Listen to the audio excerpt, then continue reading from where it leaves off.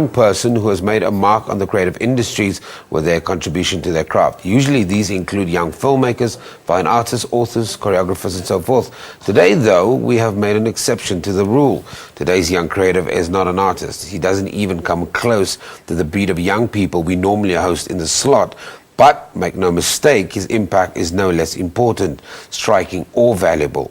The UKZN social sciences graduate who strengthened his knowledge of his field with other qualifications in marketing, communications and management is what we have come to recognise as the South African's consumer's best friend. Pritesh Shivraj is the CEO and Chief Innovation Analyst of Product of the Year. I should also add that he is the reason why the Product and Brand Grading Award is in South Africa to begin with. He's here to tell us about his work. Lengthy intro, but it does set the scene. Normally we talk to creatives. We're talking to a creative of a different kind.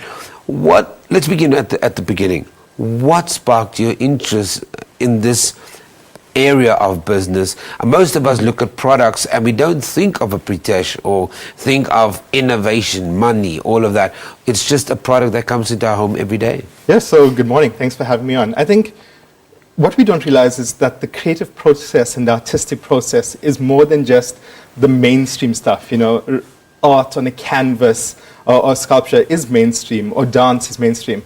But the reality is there are other artists out there who are creating graphic design that go into labels, that are creating fantastic bottles and products. And this is a form of artwork that contributes to the lives of South Africans out there. So I've always been interested in art. I studied archaeology, where I studied ancient vases and stuff like that. And I realized that the kind of vessels and receptacles that we use to put our products in really could someday in the future be studied as forms of art, as forms of expression of society and what they're interested in.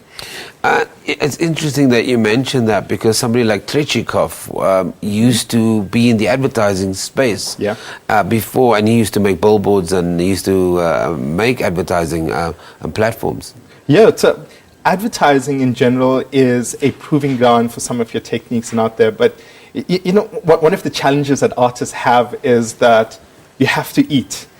But it's very difficult in getting people to appreciate your artwork right up front. So advertising is a great point, a market entry point, where you go in and prove yourself and get people to respect your work.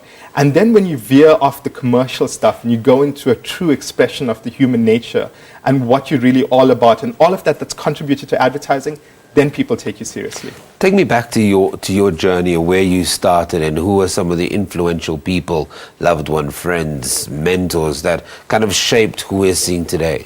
Yeah, I think, you know, it sounds like a cliche, but my parents are really the people who've inspired me in life. You know, my dad was a designer. I grew up seeing him sitting with paper, drawing, designing different things. We're seeing pictures of you when you still had hair. I probably had more hair then than I do now, don't I? So that's what my grandparents over there who were carrying me as a little kid over there. But yeah, so all these people have influenced me, yet at the same time I had my mom and my granddad who you saw there who was in business and stuff. So I kind of had this meeting point of this artistic world of design and meeting the kind of commercial world and understanding that there needs to be an intersection in this. And from this, I kind of found my own path and found that I want to move into things like archaeology and understand ancient art. And I think it's so important. If we know where we've come from and we as a human society, what we've created in the past and how that has influenced us as a society, we will understand how we need to progress in future as a society as well.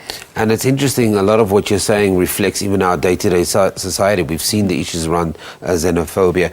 At what point did you decide that this was going to be your journey? At what point did that love or that interest in global markets, products, how they interact with us? And here's the funny thing, I think you're probably the one person who thinks of products more than anybody else. And although as a consumer, we are product crazy. We're not aware of it. It's every part of our lives. Yeah, products touch us in every day. Right now, if you think about it, to us to have come to this point at this point in the morning, how many products have you actually engaged with? You've engaged with your toothpaste, with your fragrance, with the brand of clothing that you're wearing.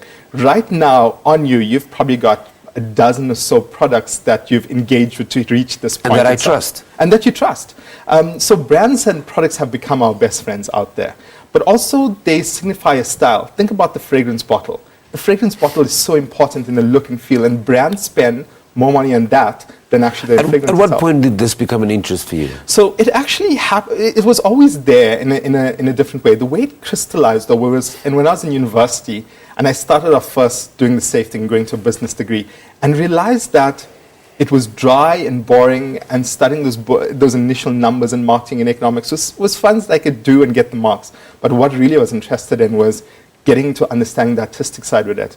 And there was a multinational company that came in my second year of university. I was spending time at the university newspaper handling the finance and advertising, specifically interested in the advertising part of it. And they brought me up to Johannesburg for an internship. And then in my second year, they offered me a job and said, you can come up. But after spending so much time with them and understanding the branding world and the product world and the advertising world, I realized that this is a part I could really dedicate my life to. Very quickly, they're wrapping me, but I want to understand, at what stage did you decide that product of the year had to be part of our psyche? Very quickly. Specifically when I realized that we were getting third-rate products that were a generation or two behind what our global counterparts were getting whenever I traveled. So I decided that let's bring this to South Africa. It didn't have an African presence. Let's bring it. Let's challenge these brands who market in South Africa and say, if you want to work here, bring us the best products and give us the respect that we deserve as consumers. Wow, you're a very interesting person. Pritesh Savraj is the man who holds service providers, brands and product producers accountable when it comes to standards, quality and consumer satisfaction. He's the man who brought Product of the Year to South Africa and is the CEO and Chief Innovation Analyst of the Brand and Product Grading Organization. Can you imagine? He's our creative. Share your thoughts. He's at I4Pritesh.